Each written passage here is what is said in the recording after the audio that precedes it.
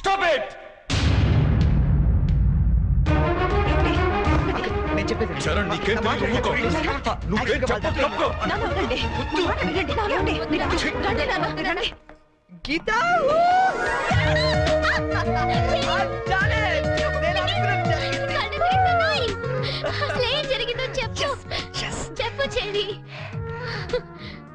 ఎప్పటి నుంచో నీకు విషయం చెప్పాలనుకుంటా గీత, కానీ చెప్తే నువ్వు ఎలా రియాక్ట్ అవుతావని ఈనాళ్ళు చెప్పలేదు. But today I am very happy Geetha, నిజంగా చాలా హ్యాపీగా ఉన్నాను. ఇప్పుడు చెప్పేస్తాను. I love you. ప్రేమను తెలియచేయడానికి ఈ పదం వాడతాను నిన్నాళ్ళు అనుకున్నాను, కానీ ఇదే పదంతో పగ కూడా తీర్చుకోవచ్చని కొత్త అర్థం చెప్పింది సంజన.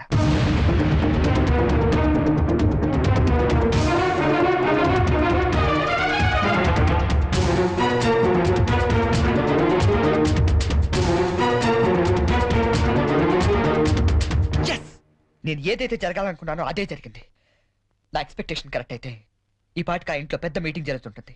అమ్మాయితో చక్కగా 7 అడుగులు నడిచేవాడిని తీసుకురారా అంటే 7 సంవత్సరాల అవతల వాడిని దింపావు. వాడికి తెలుగు సరిగ్గా మాట్లాడడం రాదు, తెలుగు తిండి తినడం తెలియదు, తెలుగు పూజలు తెలియవు. అలాంటి వాడు మన అమ్మాయిని చేసుకుని ఏ సుఖపెడతానరా?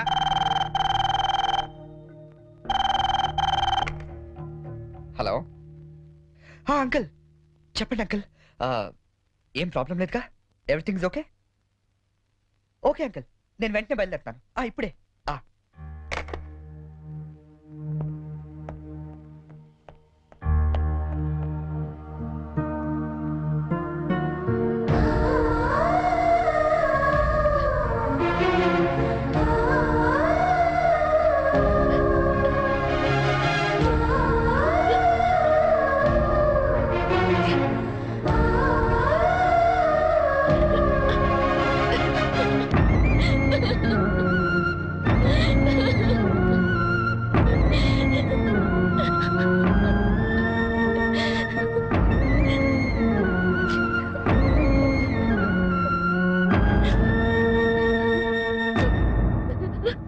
నేను డెసిషన్ తీసుకున్నాను, దానికి మీరందరూ అంగీకరిస్తారనుకుంటున్నాను. అంటే అన్నాయ్ మనీ ఆక్లిటండి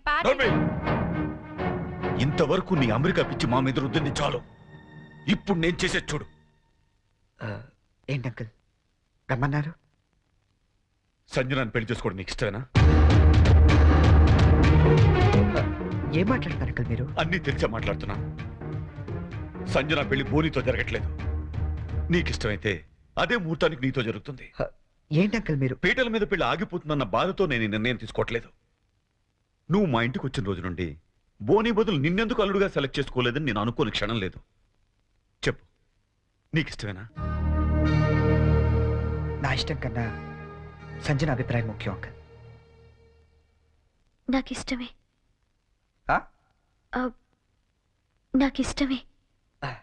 సారీ, కొంచెం డిస్టర్బెన్స్గా ఉంది. ఇంకొకసారి చెప్తావా? నిన్ను పెళ్లి చేసుకోవటం నాకిష్టమే చరణ్. నిన్ను పెళ్లి చేసుకోవడం నాకు ఇష్టమే. గుడ్.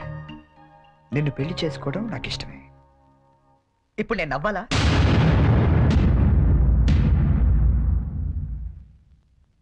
ఎస్, నవ్వాలి. మా నాన్న టికెట్ ఇచ్చి అమ్మ జాతకం వేయించి ఎంతో ప్రేమగా నీ దగ్గరికి పంపించినప్పుడు నన్ను పిచ్చోళ్ళ చూస్తూ నవ్వేదే గుర్తుందా? అలా నవ్వాలి. కానీ నాకు నవ్వు రావటం లేదే. బట్ ఎలాగైనా నవ్వాలి సంజన, నవ్వాలి.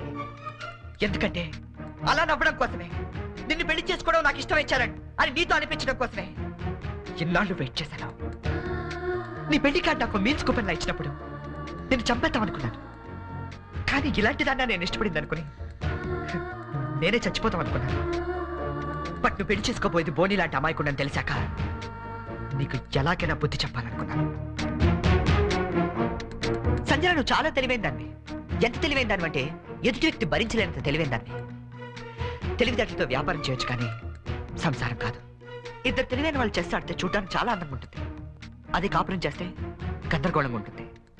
సంజన, నీ తెలివితేటలకి బోని అమాయకత్వానికి 2 నెలలు చాలు. జస్ట్ 2 months మీరిద్దరు విడాకులు తీసుకోవడానికి. అలా జరగకూడదని ఇదంతా చేశాను. అంతేగాని నీ మీద పగతో కాదు, ఈ పెళ్లి చెడకూడదామని అంతకన్నా కాదు. నువ్వు ఎప్పుడైనా అబ్జర్వ్ చేసావా? మా ఆవిడ పిచ్చి వాళ్ళు అవ్వండి, మా ఆయన బోలా మనిషి అనే వాళ్ళ సంసారాలు ఎంత హ్యాపీగా ఉంటాయో. ఎందుకంటే అక్కడ అహంకారాలు ఉండవు, అభిమానాలుంటాయి. మాట పట్టింపులు ఉండవు, మమకారాలుంటాయి. ఇదంతా నీకు ఎప్పుడో చెప్పుండొచ్చు, కానీ ఓడిపోయిన వాడు నిజం చెప్తే వేదాంతంలో ఉంటుంది. అది నెగ్గిన వాడు చెప్తే నిజం అనిపిస్తుంది. అయినా నీకంటూ ఓ లాంగ్వేజ్ ఉంది కదా, ఆ భాషలో చెప్తామని ఇదంతా చేశాను. నేను వెళ్ళిన రూట్ కరెక్ట్ కాకపోవచ్చు, కానీ చేరాలనుకున్న చోటు మాత్రం కరెక్టే. సారీ అంకుల్, ఈ విషయంలో మిమ్మల్ని అందరినీ చాలా బాధ పెట్టాల్సి వచ్చింది. నన్ను క్షమించండి. అంకుల్ బోని చాలా మంచోడు. సంజన అన్న, మీరన్నా, మీ ఫ్యామిలీ అన్నా తనకి చాలా ఇష్టం. ఎంత ఇష్టం అంటే మిమ్మల్ని అందరినీ ఇంప్రెస్ చేయడానికి నేను చెప్పిన ప్రతి పిచ్చి పని గుట్టిగా చేసే అంత ఇష్టం. Is really a very nice person uncle. Uncle మేము వెళ్ళొస్తాం. బోని, నువ్వు ఎక్కడికి వెళ్ళక్కర్లేదు, ఈ పెళ్లి జరుగుతుంది. ఏం లేదు, నీకు తెలివైన పెళ్ళం కావాలని వాళ్ళు, తెలివైన మంచి పెళ్ళం కావాలని నేను. చిన్న డిస్కషన్ సెటిల్ అయిపోయింది కదా అంకుల్? అవును, సెటిల్ అయిపోయింది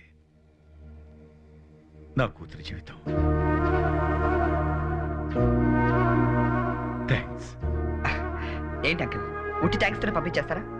సంజన పెళ్లి భోజనం చేశాడు మంది, కానీ నేను అందరికీ వడ్డించి మరీ వెళ్తాను. ఓకే, ఉంటాను uncle.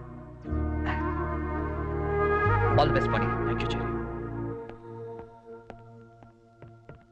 Charan, Charan, I'm really sorry. Hey come on Sanjana. లేదు చరణ్, నేను చాలా ఫూలిష్ గా బిహేవ్ చేశాను.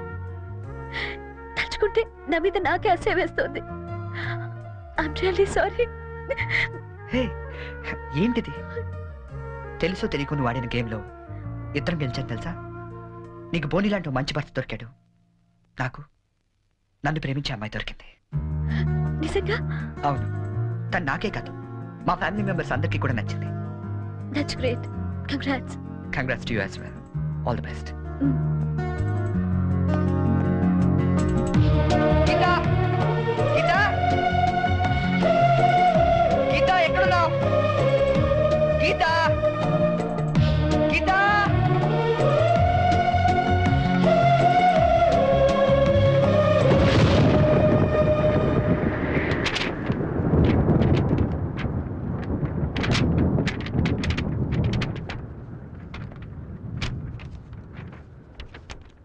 చరణ్, యాక్సిడెంటల్ గా మనుషులు ప్రేమలో పడతారని విన్నాను, కానీ మనం మాత్రం ఓ యాక్సిడెంట్ ద్వారా స్నేహితులమయ్యాం.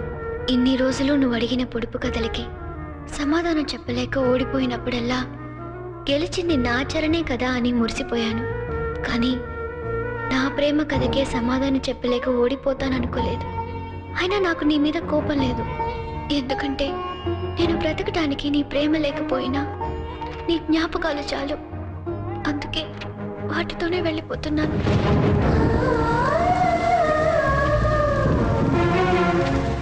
నేను గుర్తొచ్చినప్పుడల్లా నీ పెదాలపై చిరునవ్వు రావాలి గాని నీ కళ్ళల్లో నీళ్లు రాకూడదు. ఈ ఒక్కసారి పొడుపు కథ గెలవలేకపోయినా నా మాట విను. దయచేసి నా కోసం వెతకొద్దు, ఎందుకంటే నా గమ్యం ఏమిటో నాకే తెలీదు. ప్రేమలో ఓడిపోయినా ప్రేమతో, గీతాంజలి.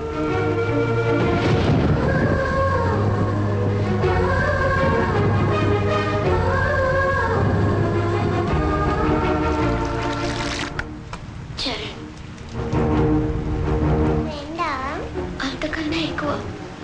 అంజలికి ఆకలేస్తే అన్నం పెట్టేవాడు, వర్షంలో తడుస్తుంటే గొడుగు పట్టేవాడు, నిద్ర రాకపోతే కథలు కూడా చెప్పేవాడు. అబ్బాయి చాలా మంచివాడు కదా. అంత మంచివాడు కాబట్టి ఆ అబ్బాయిని ఇంకో అమ్మాయి కావాలనుకుంది. నా ఫ్రెండ్గా ఉండవా అని అడిగింది. పాపం అతనేం చేస్తాడు?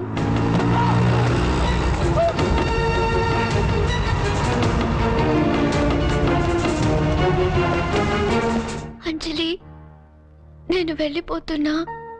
నేను వెళ్ళకపోతే పాప అమ్మాయి నా కోసం ఏడుస్తుంది. అన్నం తినదు, మరి అన్నం తినకపోతే ఆకలిస్తుంది కదా, అందుకే వెళ్ళిపోతానన్నాడు.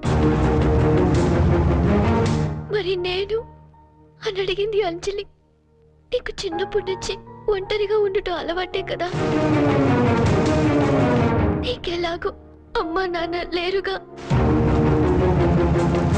నేను కూడా వెళ్ళిపోతే మళ్ళీ చక్కగా ఒంటరిగా